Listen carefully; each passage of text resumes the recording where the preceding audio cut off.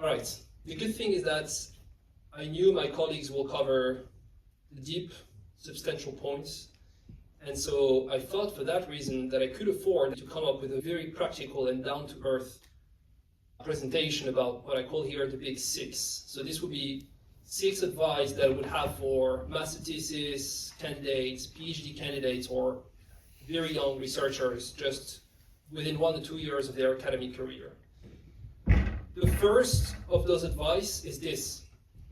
And yes, this is AI generated. The point I want to make is that I think nowadays it's not enough to just write papers. You have to build things.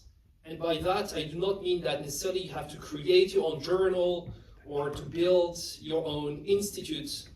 But I would strongly advise that you take part in new initiatives, whether you create or co-create them, or actually reach out to someone or a group of people who have just created a new institute. And I will come back to this point of reaching out. But to me, this is an advice that I wanted to give you and that I hope you haven't heard too many times before. I understand the prestige of joining very well-established journals, but the work you're going to do and what you can derive out of it, I think, will be lesser than if you are to join a new initiative whose impact could actually be very large. So that's the very first advice that I would have for you. Think of your work as an entrepreneur. And as George W. Bush once said, remember there is no French word for entrepreneur. All right, that's the first one. The second one is to learn about new methods. And I guess to some extent this is a bridge between a bit of what we've heard looking at interdisciplinary or multidisciplinarity in competition law, empirical legal studies. There are things that you can learn that are accessible online. There are many tools and websites that will actually give you access to the knowledge that will enable you to develop methods that some scholars were not trained or asked or incentivized to learn. I'll give you an example. If you know how to deploy network analysis, it will be so valuable that you will be able to bring out there something of value that will be extremely attractive to departments or law firms or consultancies looking for new people to hire. You have clearly here an edge when it comes to AI technologies. There are new methods that you can learn. If you know how to deploy NLP, natural language processing, this will be so extremely valuable that you're going to be able to use that methods in many of your papers that will give you an empirical edge from the get-go. So just invest in those methods that you won't be, for the most part, taught at the university. Point number 3, open access. So that one, as realized, is contentious because not all of the young scholars can actually publish in open access. Why is that? Because some journals may actually, by default, grant you open access depending on the deal they have with the publishers, if it's gold or diamond. But most journals actually have a different business model in which they charge for libraries, for the most part, to actually access everything they publish. Which means that by default, very often, if you publish a paper, it is behind a paywall, and then we come back to what we've heard. 2, 10, maybe 20 person max will actually be able to access what's behind the paywall and read the paper.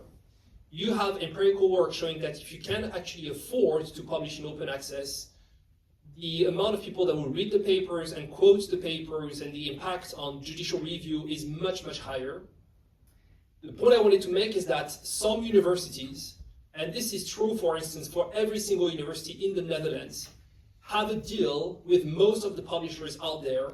So if you join a Dutch university, then you are guaranteed that when you submit a paper, you can actually tell the journal, I work for a Dutch university, you have an agreement with them, therefore I'm entitled to get it in open access, which the publishers love because the university pays them the money, so they are actually guaranteed to have a return on investment, and which is also good for you. And so I would argue that this is so important that if you, by luck, have the pleasure of having a couple of offers on the table, I would definitely take that as something that will be part of the conversation with different employers and ask whether or not they have such a deal with journals and what's the policy behind open access, whether they will cover the cost for you. because it is impossible for you personally to cover those costs, right? To publish a paper in open access, it will be 4,000 euros, and a book could be up to 20,000 euros. Of course, you're not going to pay that yourself. So you want your institution to do it for you and take that into consideration in which institution you're going to work for. Number 4, Ilona Ostrom. This is a fake picture of her because she was not using a computer. But the point I wanted to make is that I'm sure that to some extent, because she was such a great person, she would answer your email. Unfortunately, she passed away, which is a great shame because I think she's one of the most brilliant economists who ever lived. But the point I wanted to make is that you should reach out to everyone out there who you think is relevant or that will actually bring something to you. So do not be just a taker, be a giver. And by that I mean that if you read a paper by Ilona Ostrom or someone who's alive, Judge Posner, Larry Lessig, and you think the paper is good, why don't you just send an email, a one-liner email saying, I'm a master's student, I just read the paper, it's a game changer, thank you so much. That's it. Why don't you, if you want something a bit more specific, actually reach out to someone and say, I am writing a master thesis, I am wondering about that. Could you please send me 10 sentences over email so that I could understand that better?